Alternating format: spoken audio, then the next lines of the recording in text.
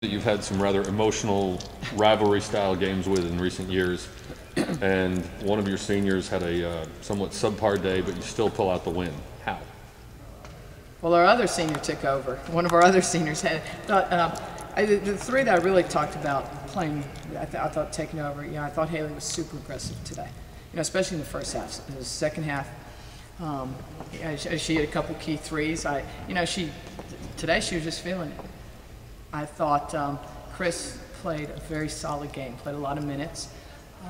You know, we finally found her in our high-low game a little bit more. I thought she, you know, was just trying to keep her out of foul trouble, along with Delisha and Keel and our post players. And then I thought Alicia Fillmore, what we've been talking about is our point guards being more aggressive, looking to score a little bit more.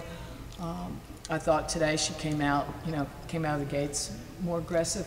And, you know, I'll tell you what, those two free throws she hit at the end, I'm happy for her and her confidence. Because what I told her, I said, listen, you just missed a pair of free throws before that, and then you go nail two with 2-point-something seconds. You know, that shows a lot of poise. But, you know, I told her that drive when she went to the hoop was probably the most authoritative drive I've seen her drive since she's been here. And, you know, that's somebody that went after it. So I thought those three players were huge in carrying us today. Especially, you know, Sam didn't have, in fact, didn't have near the game she's been having.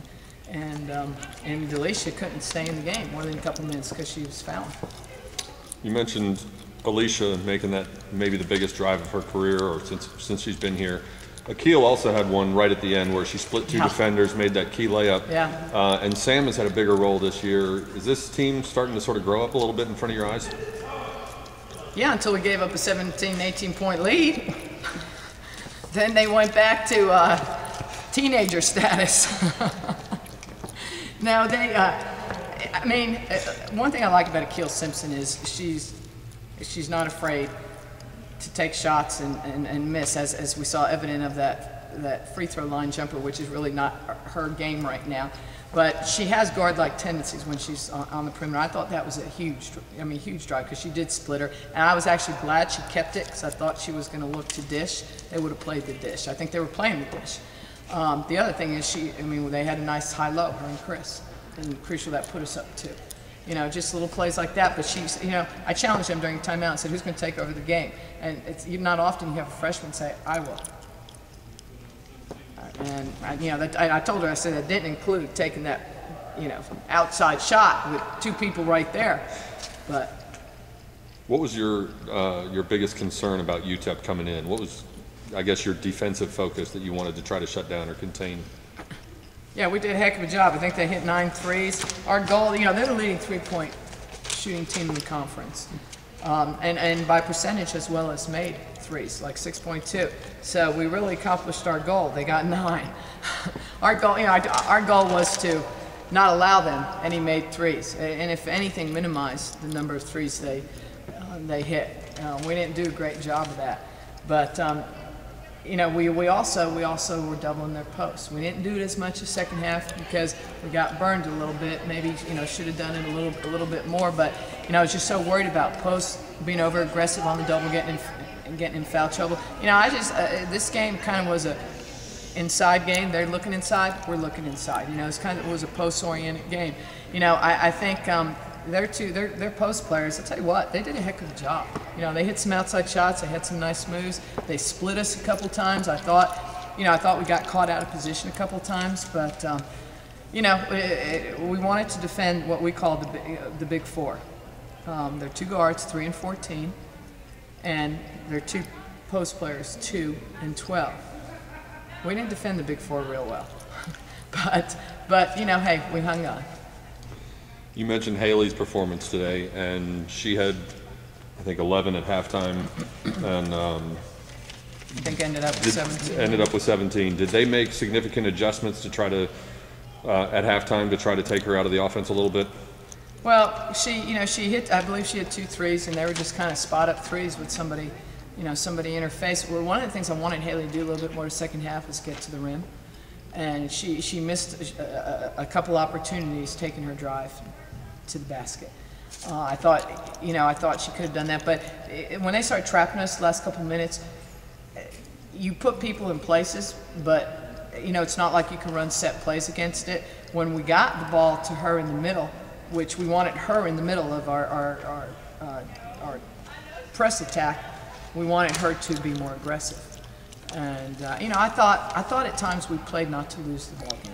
I thought there was about a 4-minute time frame where we really played more not to lose than to win the ball game.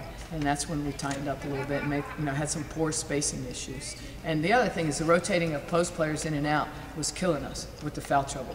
Because, you know, nobody can get into a groove. Everybody's, you know, they're not sure if they're on the same page. And when you're rotating post players in and out, you're going to have some, you know, some miscommunication. You mentioned last week that in recent years, UTEP has relied so heavily on Jerica Hughes that sometimes when you have a star player like that, the rest of the team can stand around and watch. Did they present the balance you expected now? I mean, they had 4 in double figures, but they lost a great player, but they're still a pretty solid team, and this has to feel a pretty good win, right? Well, you know, they're 11-6, and they were 3-2 in conference, and you know, sometimes when you have a player like Hughes or a Brittany Gillum, sometimes everybody else watches them play, and their game doesn't rise above. Well, when you take that player out of the mix now, everybody becomes more balanced. And, you know, that's kind of like, you don't see hardly anybody on our team scoring more than 20 points a game. You know, we're lucky if we have somebody scoring 15 points a game. We're not one of those players that's going to consistently have that one dominating player. I think that's good because you can't consistently try and stop one player.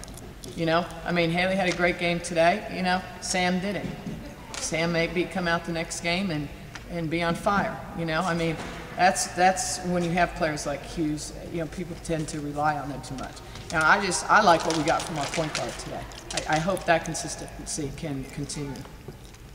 What was the biggest factor in losing that 17-point lead that you had? And what can you do with your players to help them overcome problems like that and losing big leads? I thought we took a couple of quick shots. I remember I pulled Samantha out when she took those 2 quick shots. It was off an inbounds play we were just trying to get the ball in bounds, and she took the shot. And off a 3 with no rebounders, they came down, I believe, and scored both times.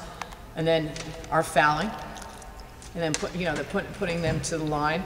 And I just thought we played tight. I felt like we didn't have any continuity with I felt like we didn't have any chemistry with, as I said before, with our post fouling in and out. You know, a high-low game is a big part of our game. When people are going in and out, I just felt like we couldn't get into a rhythm. Post players couldn't stay in the game to get into a rhythm, and I think that played a huge part of it. You know, when Delisha went out, to be honest, I felt like it lit a fire under the Mustangs. I felt like we played better from that point on. That actually may have worked for us than against us, although she hit 3 out of 4 free throws. Trying to slide on in here? I was going to ask what was the emotional effect on the team after she left. I'm going to let Haley answer that. Haley, after Delisha left, what was the emotional effect on the team?